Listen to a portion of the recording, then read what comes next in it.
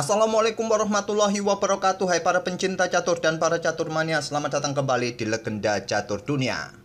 Kembali lagi kawan di Speed Chess Championship 2022 babak knockout, babak quarter final, di mana tadi malam adalah jadwalnya. Magnus Carlsen berhadapan dengan Fabiano Caruana kawan. Magnus Carlsen mengalahkan Fabiano Caruana dengan skor yang sangat-sangat telak kawan, 22-4.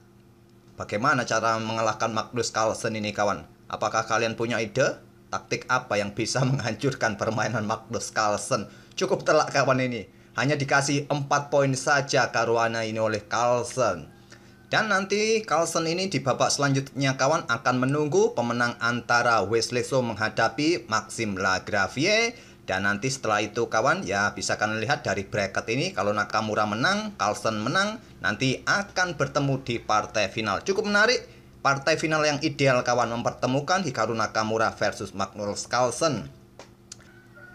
Oke, langsung saja kawan, kita ke papan permainan. Dan game yang saya pilih ini adalah permainan Blitz 3 menit increment 1 detik pada game keempat. Kebanyakan permainan Carlsen menghadapi Caruana ini terbilang cukup ketat kawan. Kebanyakan game berakhir dalam permainan endgame. Salah satu contohnya adalah game ini.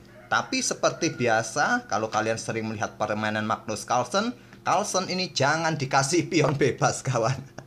Pion E4 oleh Carlsen, pion C5 sila defense seperti biasa. Dan Carlsen memilih dengan variasi Nets Medinov, Rosso Limo attack, Gajah B5. Pada posisi ini yang paling populer kawan, jika kalian ingin melanjutkan ke jalur utama di game-game terdahulu, yang paling populer adalah pion G6. Terus ya bisa bermain dengan pion D6, pion E6 juga bisa kalian pilih. Stockfish juga menyarankan menteri ke petak C7, tak ada masalah. Pion E6 dipilih oleh Caruana. Sekarang pion C3 untuk dukungan pion pusatnya agar nanti mendapatkan kontrol petak pusat kawan. Dengan dua pion pusatnya nanti kuda G berkembang ke E7, pion D4, pion C pukul pion D4 diambil balik. Dan coba lihat, Carlsen sementara kontrol petak pusat dengan dua pionnya kawan. Langsung di counter attack dengan pion D5, ditolak dengan pengembangan kuda C3. Dan Caruana melanjutkan untuk baku hantam pion kawan, diambil balik oleh kuda. Sementara Carlsen mempunyai pion lemah atau pion terpisah di lajur pusat. Sementara seperti biasa tak ada masalah kalau nanti kalian mampu mempertahankan. Ya, kalau ada kesempatan sesegera saja nanti diadu dengan pion pusat hitam. Kuda D5. Langkah ini memang terbilang cukup bagus kawan untuk menempatkan kudanya di sentral menjadi monster di area-area kontrol petak-petak gelap ini kawan.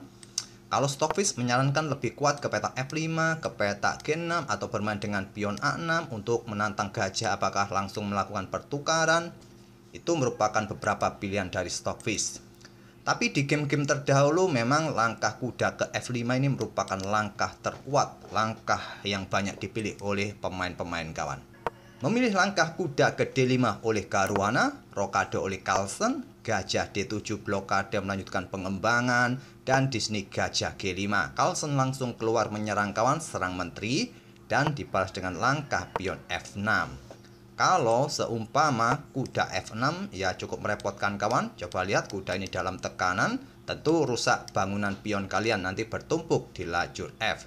Bisa benteng E1 lanjut putih, pion D5 bisa didorong, akan membuka permainan bagi putih kawan.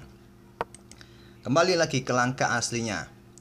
Memilih dengan langkah pion F6 pilihan terbaik kawan. Gajah mundur ke D2. Gajah E7 persiapan rokade, benteng E1, rokade oleh Caruana di langkah ke-12-nya.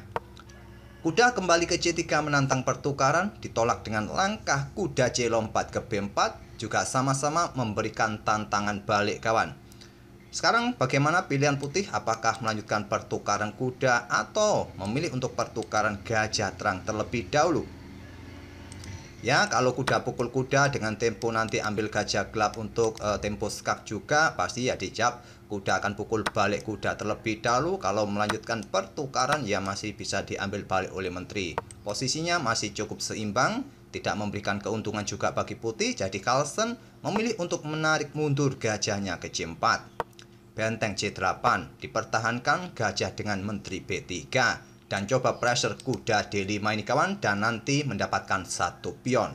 Di sini dalam posisi yang kena tekanan di diagonal terang ini kawan, Caruana mencoba menggeser rajanya agar tidak terkena serangan di diagonal terang. Dan Carlsen melanjutkan untuk pertukaran dan untung satu pion kawan di sini. Tapi ada beberapa pilihan juga pada posisi ini nantinya. Tapi kita coba mundur sejenak kawan pada posisi ini tadi. Selain raja bergerak ke peta H8, ada langkah yang cukup bagus kawan yang mungkin terlewatkan oleh Caruana, tidak terkalkulasi atau bahkan sudah dikalkulasi cuma tidak memilih variasi ini. Kuda pukul kuda C3 terlebih dahulu, mau diambil oleh pion ataupun diambil oleh gajah terserah. Ambil contoh diambil oleh pion B. Kalian terus melangkah kuda C2 kawan. Garbu benteng ini kawan, dan kalau menteri ambil kuda ya tentu benteng ambil gajah. Dan tak jadi untung satu pion dengan variasi ini.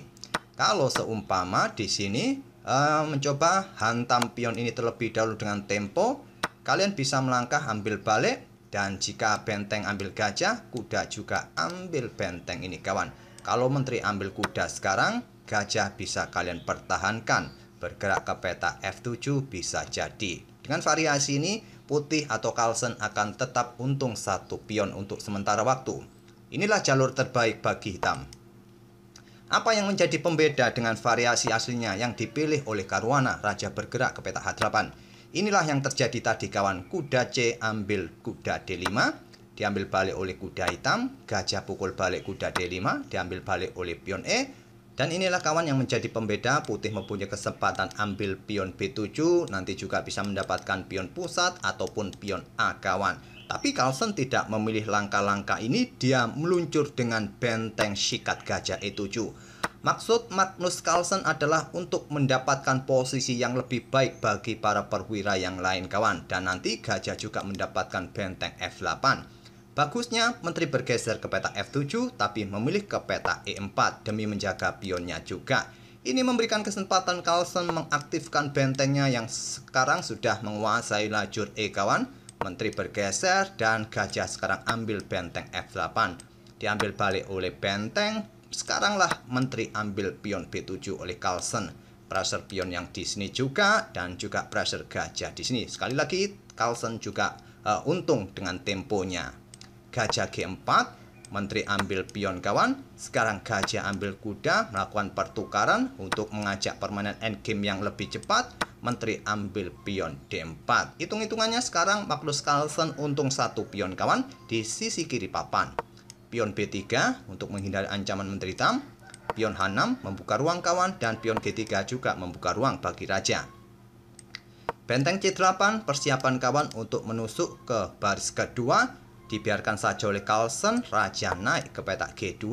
Di sini tidak terburu-buru untuk langsung mengangkat benteng kawan. Menteri D7 mengawasi peta E8. Kalau tadi langsung benteng bergerak untuk menuju ke baris kedua, pressure pion F2, pressure pion A2, tentu ancamannya juga bikin repot bagi hitam. Benteng E8 sekat, raja bergerak ke sini, dan bisa kalian ikuti tentu menteri ke peta F5 sekat. Pion G6, dan posisi raja ini cukup merepotkan kawan. Silahkan kalian otak-atik sendiri, begitu mudah posisi raja hitam bisa kalian serang di langkah berikutnya. Oke, kembali lagi ke langkah aslinya. Oleh karena itu Caruana mundur dengan menteri ke D7. Benteng D1, menteri menghindar ke E7. Benteng naik ke peta D4 kawan. Persiapan menjaga baris keempat juga. Mungkin benteng siap digeser ke lajur G atau yang lain.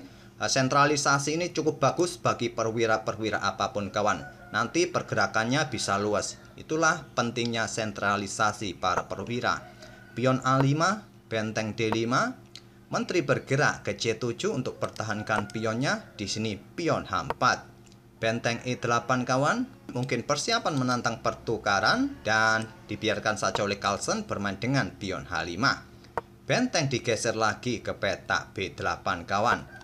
Kenapa tidak langsung menantang pertukaran? Ya, sementara putih mungkin akan menahan diri, bermain santai, menunggu apa respon hitam pada langkah berikutnya. Kalau terjadi pertukaran semacam ini, ya putih lebih baik kawan dengan keunggulan satu pion. Raja hitam ini sekarang posisinya tersudut, tidak bisa keluar. Tentu untuk membackup pion bebas ini butuh backup lebih. Dan tentu saja dapat dipastikan putih akan menang dengan keunggulan satu pion bebas ini. Benteng B8, pion A4 sekarang, menteri hitam F7. pressure benteng atau juga melepaskan pionnya kawan di sini, dan benteng langsung ambil pion A5, Caruana ambil pion B3. Sekarang pion ini sudah benar-benar bebas kawan.